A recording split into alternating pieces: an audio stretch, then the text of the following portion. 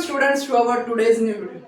Imagine कीजिए एक ऐसा वायरस जो आपके बॉडी के अंदर घुसते ही ह्यूमन सेल को हाईजैक कर ले और हाईजैक करने के बाद उस सेल को एक वायरस फैक्ट्री बना दे। मैं बात कर रहा हूँ इबोला वायरस के बारे में, जिसके बहुत से केस हमारे कंट्री में पाए जा रहे हैं। इबोला वायरस बहुत ही पुराना वायरस है, जिसे 1976 में कॉन्गो नाम के देश में डिस्कवर किया गया था। इबोला वायरस बहुत ही यूनिक वायरस की कैटेगरी में आता है और ये सबसे डेडली वायरसेस में से एक है। तो स्टूडेंट्स, आज हम इबोला वायरस के बारे में पढ़ने वाले हैं, इसका स्ट्रक्चर, इसका पैथोजेनेसिस, इसका लाइफ साइकिल और ये हमारे बॉडी में करता क्या है। क्योंकि कई वायरसेस सिर्फ हाईजैक नहीं करते, ये हमारे सेल को डिस्ट्रॉय भी करते हैं। तो आज हम ये सब मैकेनिज्म देखने वाले हैं। देर ना करते हुए स्टार्ट करते हैं इबोला वायरस के बारे में। तो स्टूडेंट्स, इबोला वायरस का सबसे पहले हम स्ट्रक्चर देखने वाले हैं। इबोला वायरस एक फिलामेंटस वायरस है। क्या है स्टूडेंट्स? एक फिलामेंटस वायरस है, यानी एक फिलामेंट की तरह दिखता है, इसलिए ये फिलोविरिडी फैमिली को बिलोंग करता है और ये एक आरएनए वायरस है। क्या है स्टूडेंट्स? ये एक आरएनए वायरस है। वायरस की इसकी कैटेगरी होती है डीएनए वायरस, आरएनए वायरस। तो इसका जीनोम मटेरियल है एसएस, यानी सिंगल स्टैंडर्ड आरएनए। तो स्टूडेंट, सबसे पहले इसका स्ट्रक्चर देखेंगे। इसके स्ट्रक्चर में सिर्फ 4 ही कंपोनेंट है और यही 4 कंपोनेंट इसे यूनिक बनाते हैं। तो स्टूडेंट, सबसे पहला कंपोनेंट है ग्लाइकोप्रोटीन, जो इसके सरफेस पर प्रेजेंट होता है इसकी स्ट्रक्चर पर। तो स्टूडेंट, ये जो आप देख रहे हैं ये सब है ग्लाइकोप्रोटीन। और ग्लाइकोप्रोटीन का क्या काम है स्टूडेंट? ग्लाइकोप्रोटीन कराता है इस वायरस की attachment on the cell surface, क्योंकि वायरसेस के पास अटैचमेंट करने के लिए कई क्लिंगिंग अपैरेटस होते हैं और वही उसी में से एक है ग्लाइकोप्रोटीन, जो उसे अटैचमेंट में मदद करता है। दूसरा है मैट्रिक्स प्रोटीन, जो है SV40 मैट्रिक्स प्रोटीन। ये इसकी स्ट्रक्चरल इंटीग्रिटी को मेंटेन करता है। इसका जो आप फिलामेंटस एक थ्रेड लाइक स्ट्रक्चर देख रहे हैं, उसे मेंटेन करने में ये मैट्रिक्स प्रोटीन काम आते हैं। फिर न्यूक्लियो प्रोटीन, जो इसके जीनोम को प्रोटेक्ट करते हैं। और तीसरा है आरएनए, एसएस आरएनए, यानी इसका जीनोम। तो स्टूडेंट्स, बहुत ही सिंपल होता है स्ट्रक्चर वायरसेस का। वायरसेस सब सिंपल ऑर्गेनिज्म है, असेलुलर ऑर्गेनिज्म है और इनके कुछ ही कंपोनेंट इन्हें इतना खतरनाक बना देते हैं। तो स्टूडेंट्स, अभी हमने इसका स्ट्रक्चर देख लिया, अब इसका लाइफ साइकिल देखेंगे। तो स्टूडेंट्स, वायरस, कोई भी वायरस एक कैरियर के थ्रू पास होता है, कैरियर के थ्रू ट्रैवल करता है।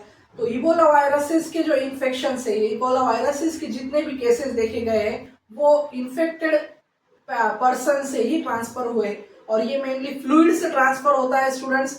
जो भी फ्लूइडिक डिस्चार्ज है पेशेंट का, उसी से ये कंटेमिनेशन आगे बढ़ता है। तो स्टूडेंट समझ लो, एक कंटेमिनेटेड यानी एक सफरिंग पेशेंट का इबोला का फ्लूइड किसी एक हेल्थी ह्यूमन के बॉडी में एंटर हुआ, तो सबसे पहले ये वायरस क्या करता है, ये आपके बॉडी के अंदर एंटर होगा, ब्लड स्ट्रीम में जाएगा और कोई भी हमारे बॉडी के सेल को हाईजैक करेगा। और फिर क्या करता है, सबसे पहले ये होता है अटैच होता है सेल के सरफेस पर। सेल के सरफेस पर अटैचमेंट में कौन मदद करेगा?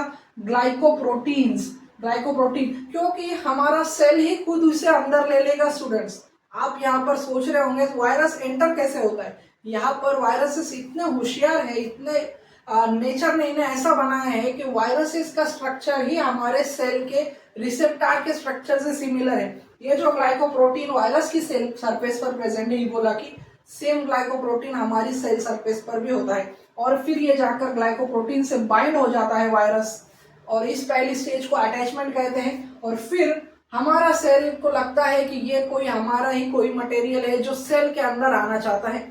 फिर यहाँ पर इसकी एंट्री होती है और इस प्रोसेस को कहते हैं रिसेप्टर मेडिएटेड एंडोसाइटोसिस है स्टूडेंट्स। और यही मेन प्रोसेस है वायरस की हमारे सेल के अंदर की एंट्री। वो चाहे दूसरा कोई भी वायरस हो, कोरोना वायरस हो या फिर हो इबोला वायरस, ये सब वायरसेस रिसेप्टर मीडिएटेड एंडोसाइटोसिस की मदद से हमारे सेल में एंटर होते हैं। अभी ये एक हेल्थी सेल के अंदर अटैचमेंट के बाद एंट्री हो गई। एंट्री करने के बाद क्या करता है स्टूडेंट्स? एंट्री करने के बाद इबोला वायरस उस सेल के जेनेटिक मशीनरी को हाईजैक कर लेगा, उसके सेल के कंपोनेंट्स को हाईजैक कर लेगा, ऑर्गेनल्स को हाईजैक कर लेगा और उनसे खुद के विरियॉन्स बनाएगा। क्या बनाएगा स्टूडेंट्स? रेप्लिकेशन करके विरियॉन्स। तो वायरस ने अभी सेल के अंदर एंटर होते ही जेनेटिक मशीनरी को हाईजैक कर लिया, क्योंकि उसके पास ना ही कोई एंजाइम्स है रेप्लिकेशन के लिए, ट्रांसक्रिप्शन के लिए, ट्रांसलेशन के लिए, प्रोटीन सिंथेसिस के लिए, कोर प्रोटीन बनाने के लिए। तो क्या लगेगा उसे? ये सब मशीनरी सेल के अंदर पहले से ही है, एंजाइम्स पहले से है, डीएनए है, आरएनए पॉलीमरेज है, बहुत सारे एंजाइम जो पहले से ही प्रेजेंट है सेल, उन्हीं को यूज कर ये अपनी मल्टीपल कॉपीज बनाएगा, फिर उन्हें असेंबल करेगा और असेंबल करने के बाद एक प्रॉपर अमाउंट में जब इबोला वायरसेस के विरियॉन्स ज्यादा मात्रा में हमारे सेल के अंदर बन जाएंगे तब ये रिलीज होगा। और ये रिलीज करने के बाद ऐसे ही नहीं घूमेगा, ये सबसे पहले क्या करेगा स्टूडेंट्स? हमारे सिस्टमिक सर्कुलेशन यानी ब्लड में से ट्रेवल करेगा पूरी बॉडी में। और जब वायरस जैसे इन्फेक्शन हमारे बॉडी में होते हैं तो हमारी बॉडी का फर्स्ट इम्यून रिस्पॉन्स है वो है फीवर और फटीग। तो इबोला वायरस के इबोला इन्फेक्शन के सिम्टम्स क्या है? फीवर और फटीग। और फीवर और फटीग क्यों हो रहा है? क्योंकि सेल्स हाईजैक हो चुके हैं, इम्यून रिस्पॉन्स ट्रिगर हो चुका है। और सिर्फ इम्यून रिस्पॉन्स ही नहीं, इबोला वायरस की एक ऐसी स्ट्रेटेजी है कि हमारा ही इम्यून सिस्टम हमारी डेथ के लिए रिस्पॉन्सिबल होता है, क्योंकि इबोला वायरस अटैच हुआ, एंट्री किया, रेप्लिकेट किया, मल्टीपल कॉपीज बना के कहाँ चला गया स्टूडेंट्स? ब्लड में चला गया। ब्लड में जाने के बाद यहाँ पर हमारा इम्यून सिस्टम ओवर एक्टिव हो जाता है। क्या हो जाता है स्टूडेंट्स?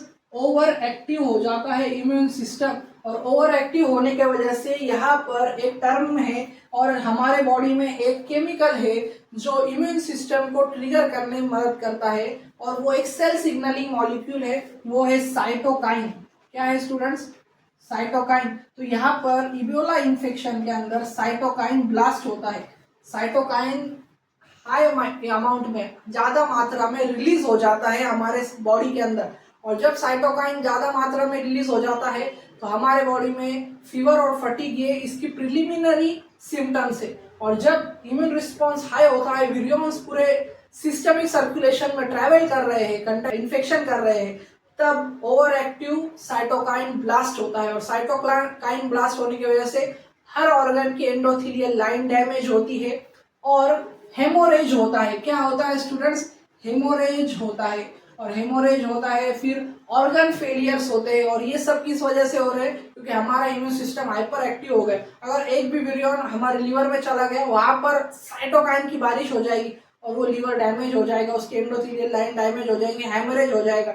वो हमारे किडनी में है, वहां पर साइटोकाइन की बारिश हो जाएगी, साइटोकाइन ब्लास्ट हो जाएगा और खुद ही हमारी बॉडी उस ऑर्गन को किल कर देगी, उसके सेल्स को किल कर देगी। और इस वजह से जहां जहां पर इबोला के विरियॉन्स ट्रैवल कर रहे हैं, क्योंकि सिस्टमिक सर्कुलेशन यानी ब्लड एक ऐसा पाथवे है, एक ऐसा उन्हें पाइपलाइन मिल गई है जो उन्हें कहीं भी छोड़ देगी, एक ऐसी ट्रेन मिली है जो बॉडी में कहीं भी ट्रैवल कर देगी। तो इसी को इबोला ने पकड़ लिया है, ट्रेन को जो है ब्लड, और उसमें बैठकर ये पूरे बॉडी में घूमता है और जहां जहां पर ये जाएगा वहां पर साइटोकाइन ब्लास्ट होगा और kidney damage, liver damage, multiple organ failure होते हैं इबोला के अंदर। ये सीवियर स्टेज का बता रहा हूँ, अगर ट्रीट नहीं किया तो, और ये ट्रीटेबल भी नहीं होता है, जल्दी दिखाई भी नहीं देता है, मल्टीपल ऑर्गन फेलियर होगा। फिर यहाँ पर हेमोरेज होता है, ब्लीडिंग होती है हमारे बॉडी के अंदर, जितने भी होल्स है, नाक हो, आँख हो, कान हो, कहीं पर भी जितने होल है वहां से ब्लड बाहर निकलता है, हेमोरेज होता है।